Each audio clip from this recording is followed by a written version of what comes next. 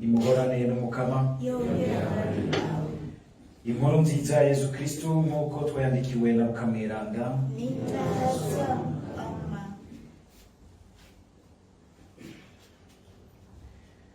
Muri irya minsi Yesu yabariye abigishwa biwe ati, muritegereze ifigiye n'ibindi biti byose, iyo bitotahaye mu kuvyihweza muca mumenya ko iremba riri hafi.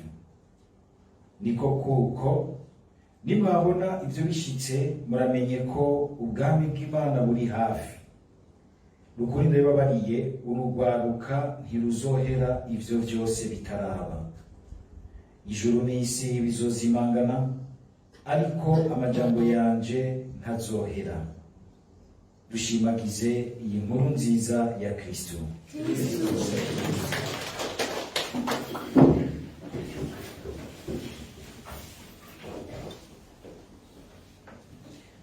Tumaze iminsi twumva ko imvugo y'ijambo ry'Imana muri iyi minsi iguma idushira na cane cane kuzirikana ku musozo w'ubuzima, be n'ubunirahazwa bw'Imana igaruka mu nganji idasanzwe ngo ije gucira urubanza abazima n'abapfuye.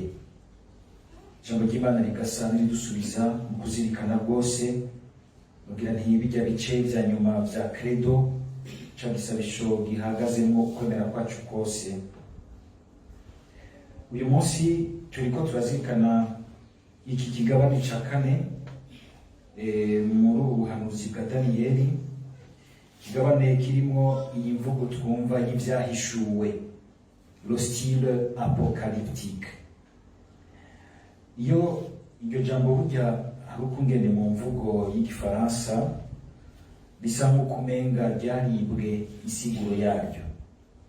Bavuze ibintu ngo c'était de l'apocalypse, tubona umenga ni ibintu biteye ubwoba vy'akaranduramutima, ibintu birimwo koko ibintu umutima w'umuntu vyogora kwakira no kurinda, ibintu nyene vy'iterabwoba rirenze. Ariko si ivyo, nuko iyo bavuze l'apocalypse, ubwa mbere iryo jambo ni risigura uguhishura. Uguhishura iki? Womenga mu mvugo y'ivyahishuwe haba hariho ibintu binyegeje, bikanyegezwa mu ntsinzi y'Imana, ariko idashoka yihambaza yibonekeza. Imana igacica ku bakunzi bayo, ikabereka yuko naho womenga muri uyo mwanya bari mu bintu bibiyemera ko vy'amabi, vy'iterabwoba, vy'amageragezwa bibababaza, ibintu bibarandura umutima, ibintu bibavyimvye umutima, ko bashobora kwitonda bakazirikanamo, bakumvamwo bukebuke intsinzi y'Imana iriko iraza yihishura.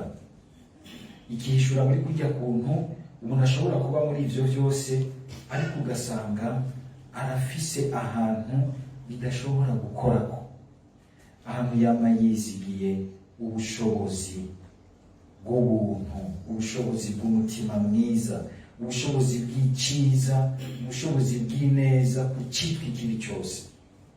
Ikibi cama gifise iyo mpengamiro y'ukwihambaza, y'ukwiyempoza, y'ugutsindikira, y'ugutera ubwoba, y'ukwikaza, ariko iciza ukamumenga gifise ishusho y'umwagazi. Urabona yuko na Yesu afise ububasha bukomeye, hamwe bakamugereranya ngo ni intambwe ya Yuda, ariko we ishusho yashimye nziza cyane ni y'umwagazi. Mbere agiye i Yerusalemu, abigishwa biwe bibaza yuko agiye kugifata, agiye kugira kudeta. Bagomba yuko babwira ati fata ibigwanisho rero tugende gufata intwaro. Hakuza agendera ku mafarasi abasirikare bakomeye bakoresha, waca yirondera umukurira w'indogoga, indogoga ikiri ntonya, ikiri tendre, ikiri du, vyerekana ingene tugere Kristo.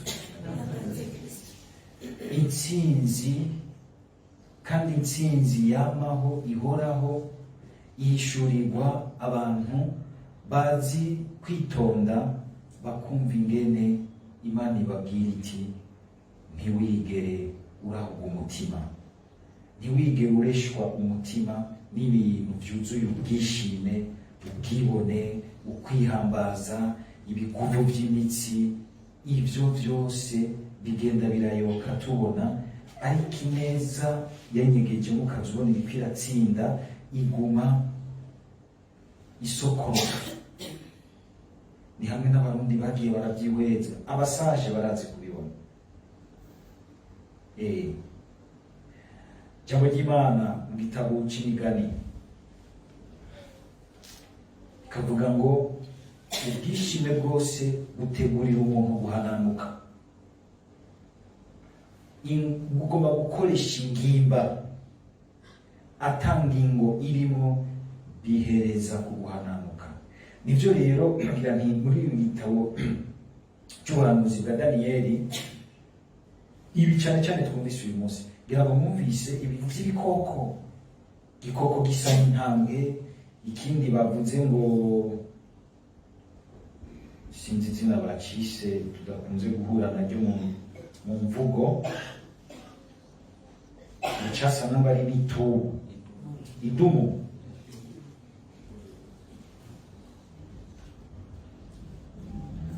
Turabigere bacanditse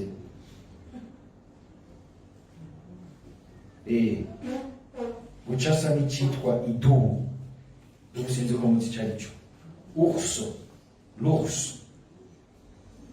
Ikindi ngo casa n'ingwe, bifise amababa, ibintu bizarre, ibikoko biteye ubwoba.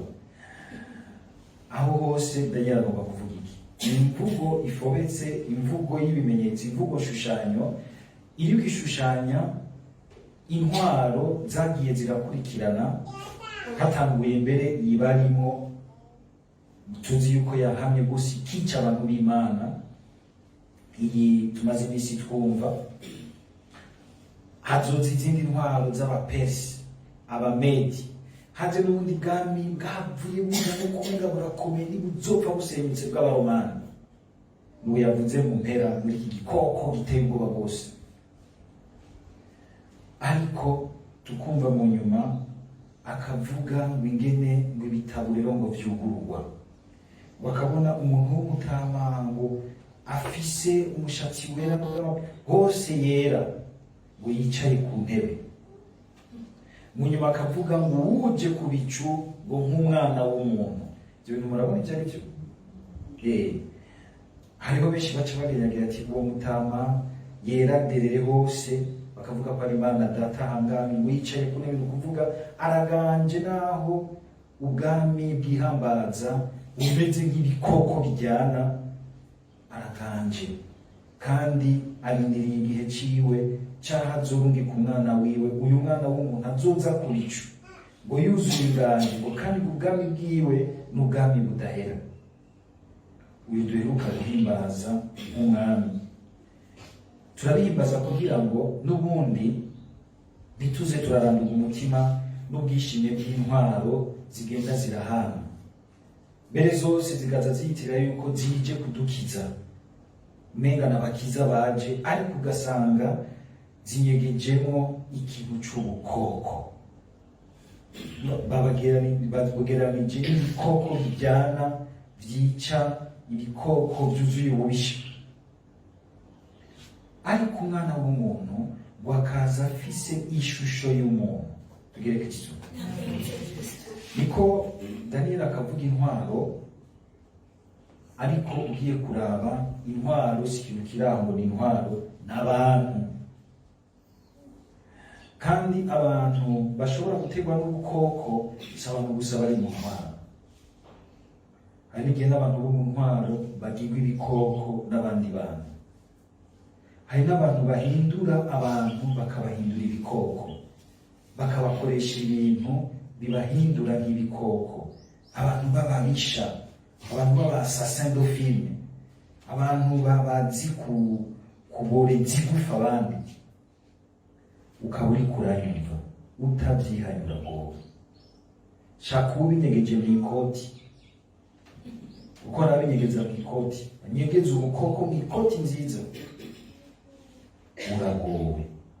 Kuko Imana yari yakugize umuntu, igushiramo umuntu, wihindura igikoko kijyana.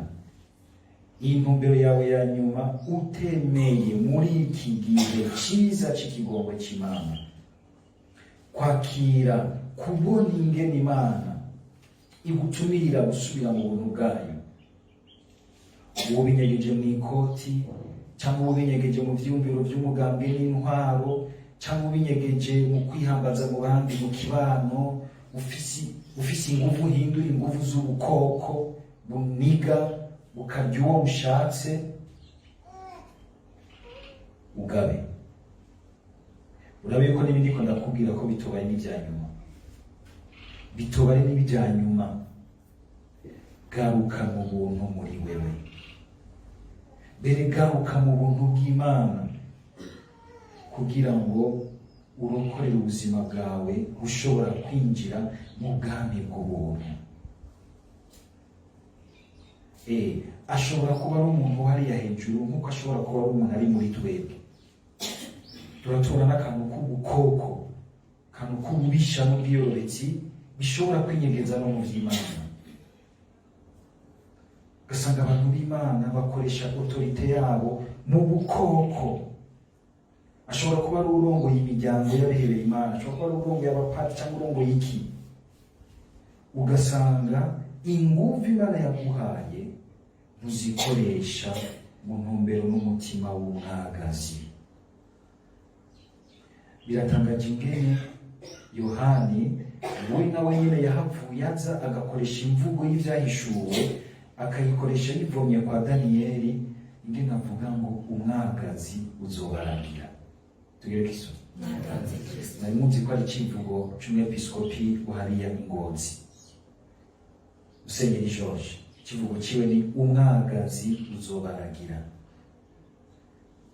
Ububasha bwo kuragira si ububasha bwo kwihagira, ni ububasha bw'umwagazi witanga, bw'umwe wese asarwe n'ubuntu bw'Imana, ashobore kwinjira mu bwami bw'abagengwa n'ubuntu, batagengwa n'ububisha bw'ibihe.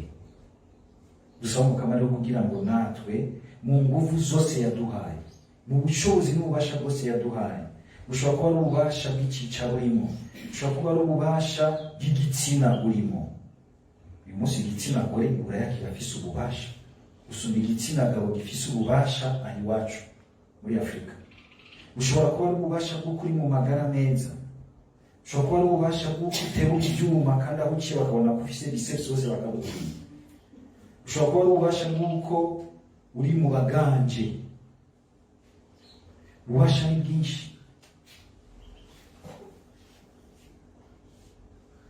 Ubushiramo gute umwagazi?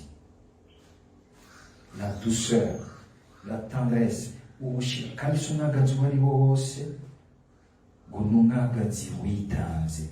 Ubushira bwo kwitanga kugira ngo bube ububasha buzana ubuzima, bugwiza ubuntu mu bantu, abantu bakumva ko bacitse igihugu c'Imana. Urabe neza ingene ukoresha ububasha bwawe. Ushobora kuba ari ububasha bw'umupapa mu nzu, ububasha bw'umumama mu nzu, ububasha bw'umugore ku mugabo. Abagore baragira ububasha cyane, barabona ibigabo vyihambanze bisohotse hamwe, ugasanga ni ibikoko, mbwa bashitse mu nzu umugore akamubwira iyondo. Haba barafise ububasha bukomeye ku bagabo. Ububasha bwawe ubukoresha gute? Hariho agapiblisite barasoma umuntu yakanditse yari yakazirikanye, kapireri, kavuga ngo kabancitse neza igeneka: sans maîtrise la puissance n'est rien. Umuntu afise ububasha bwinshi adafise maîtrise y'ubuntu arica, akonona, agasanzaza ubuzima akubukorera. Urafise puissance imeze uku canke kuriya, yitwa uku canke kuriya, ubwo niyikorera ubuzima. Urazi kuyitwara mu mwagazi. Ese mwese mugira imitima y'umwagazi? ufise ububasha buhindura ibintu utabihindanije. Amen.